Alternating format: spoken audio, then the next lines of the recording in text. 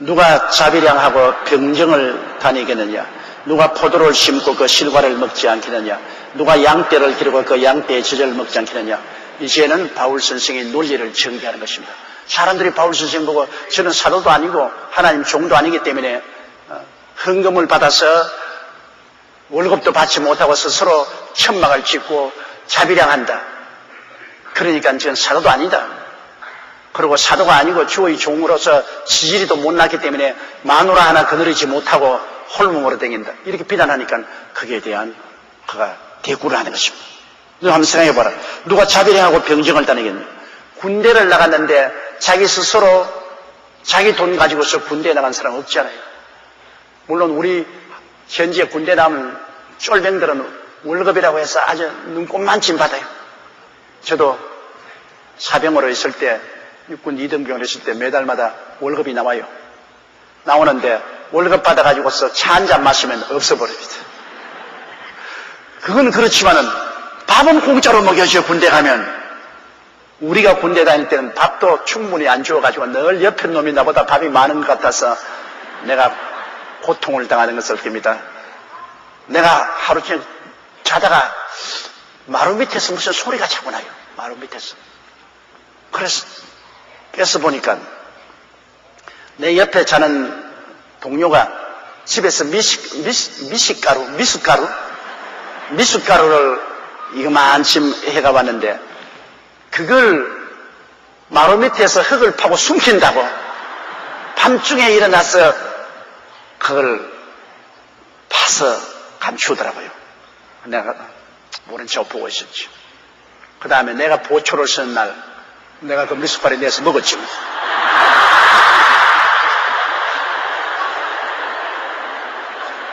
나중에 이놈이 일어나가지고서 뛰고 꿀리고 말이죠. 내 미숫가루 네가 다 먹었다 해서 야, 음식이란 먹으라고 있는 것이다.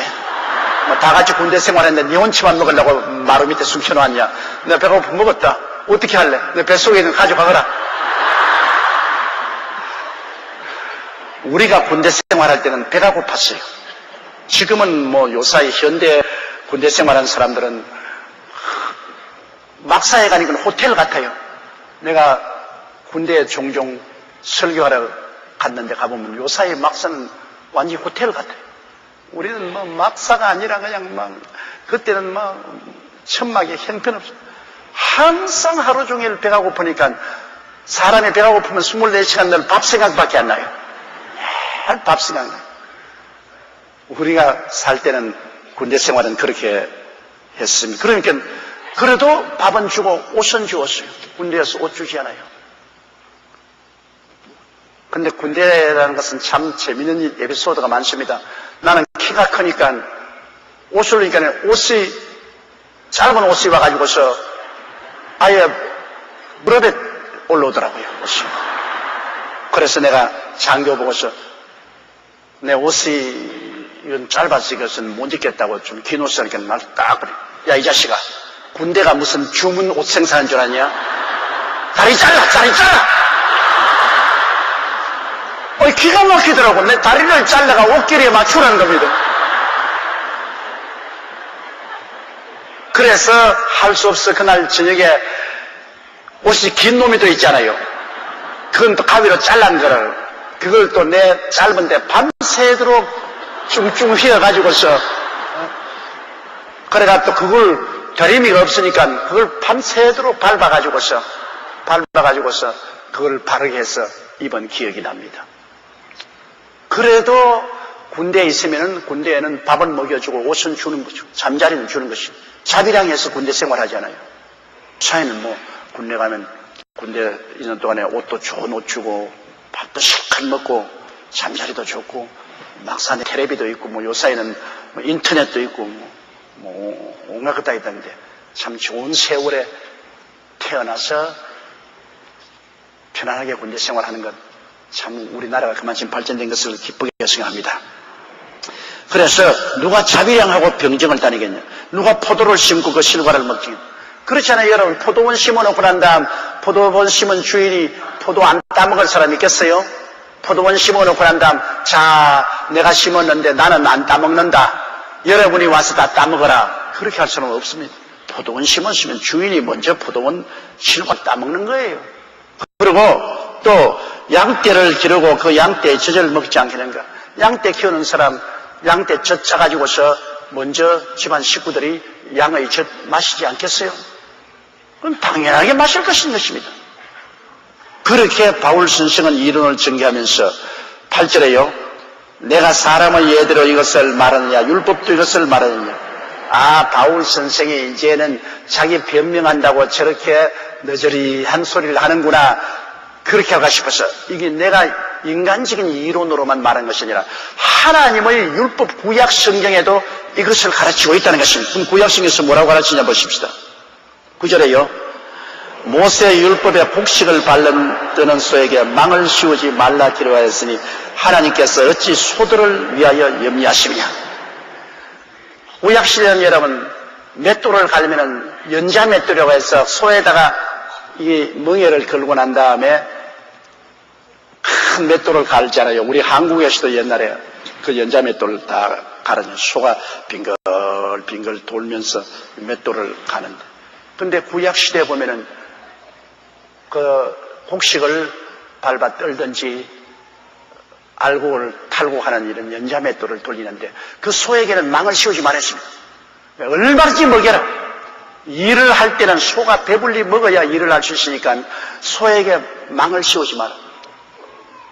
보통은 여러분 이 밭 갈고 할 때는 소에게 망을 씌웁니다. 소가 옆에 있는 그 먹지 못하게. 그러나 성경은 그렇게 못하게 했어요. 일하는 소는 배가 불러야 일을 잘할 수 있기 때문에 망 씌우지 말고 얼마든지 먹게 하라. 그 연자 맷돌 도는 소에게는 언제나 배불리 먹도록 입에 망을 씌우지 말고 먹을 것을 주라 하는 것입니다. 연자 맷돌 이야기가 나오니까 최글릉 목선생 했는데 황해도요. 그래서 최글릉 목사님이 복음을 전달해 가는데 보니까 농부가 이 말을 가지고서 연자 맷돌을 돌리고 있어요. 연자 맷돌을 이렇게 돌리고 있는데 최글릉 목사님이 옆에 서 가서 그 말의 목을 잡고서 이렇게 이제 돌아가는데 그 사람 옆에 가서 예수 천당! 그러고 말이 놀래가지고서 키대로 뛰는 바람에 연자 맷돌을 달고 막 들로 도망쳐. 이 말을 가지고 맷돌을 가던 농부가 너무너무 화가 나서 이놈의 자식 미친놈 죽인다고 따라오고 최길래 목사님은 성경을 가지고 걸어만 난살내고 도망을 치고. 그런데 그날부터 그 농부가 병이 들었어요. 그러면 묻기만 하면 예수 천당, 예수 천당. 이 말이 막 자꾸 반복할 때는 막 정신이 시끄러워서 잠도 잘 수도 없고 밥도 먹을 수가 없고 막 앉아놨으나 괴로워 견디면서 나중에는 사람을 보내가 최글릉 목사님을 찾아서 예수 천당이 뭔지 나에게 좀 말을 좀 해줘야 내가 살겠다고. 그래서 최글릉 목사님이 오셔서 그 예수 천당이란 바로 하나님 아들 예수님이 십자가에 못 박여 피 흘려 죽으시기 때문에 그를 믿으면 천당에 간다. 그래서 이 농부가 살라고 예수를 믿었습니다. 구원받았어요. 근데 최글릉 목사는 설교를 잘 못했기 때문에 그런 돌출 은사가 많았습니다. 신학교 다닐 때 3년을 계속해서 낙제를 하니까 교장 선생님이 졸업장을 주어서 나가달라고 빌었습니다. 왜냐하면 시험을 치는데 다른 사람들은 열심히 시험 공부하는데 자기는 기숙사 뒷산에 가서 밤새도록 철회학 기도하고 난 다음에 와가지고 왔다 성령님도 시험에는 절절 매네.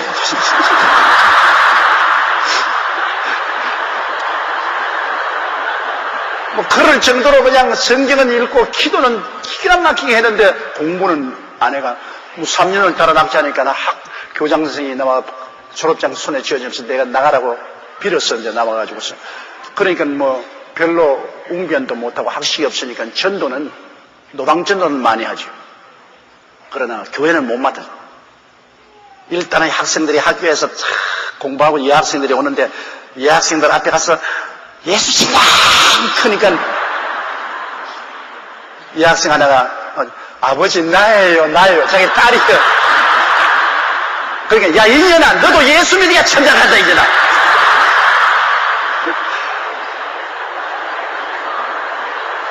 아주 그 일화가 참 재밌는 일화가 많아요. 한 번은 어느 집에 이렇게 사람 안으로 들여다보니까 벌써 최들령 목사, 이 과격한 목사라는 다 알았기에 사람 피하거든요. 그래 주인 계세요. 그러니까 한 남자가 집 뒤로 벼락같이 도망을 치거든요. 그 부인이 문을 싹 열면서 주인 없어요. 그래. 아 그래요? 그럼 뒤뜰로 따라가서 뒷뜰에 숨어있는 남자 멱살을 잡고 발을 걸어서 때려 가슴에 무릎을 꿇고 목살을 잡았어. 이놈아 누구야? 아이고 내가 이 집 주인입니다. 당신 부인이 지금 주인 없다 그랬어. 동로 아니냐? 동로 놈 잡았다. 이 사람이 여보 날 살려줘서 그 부인이 뛰어나왔습니다. 아니 왜 이러지? 아 당신 주인이 없다 그랬는데 내가 보니까 동놈이 한 놈 슉 들어가기 때문에 동남 잡았다. 부인이 이 사람이 우리 주인입니다. 살려주세요. 예수 믿으면 살려주고 안 믿으면 죽여버린다. 부가 예수 믿을게 예수 믿을게. 그래가 또 회개시켜서 예수 믿게 만들고. 이 초대교회 전도하던 우리 한국의 주의 종들 중에 그런 아주 재밌는 일화가 굉장히 많습니다. 그러나 순리로 하든 강제로 하든 믿고 천당을 가게 됐으니 그 감사한 일이 아닐 수가 없습니다.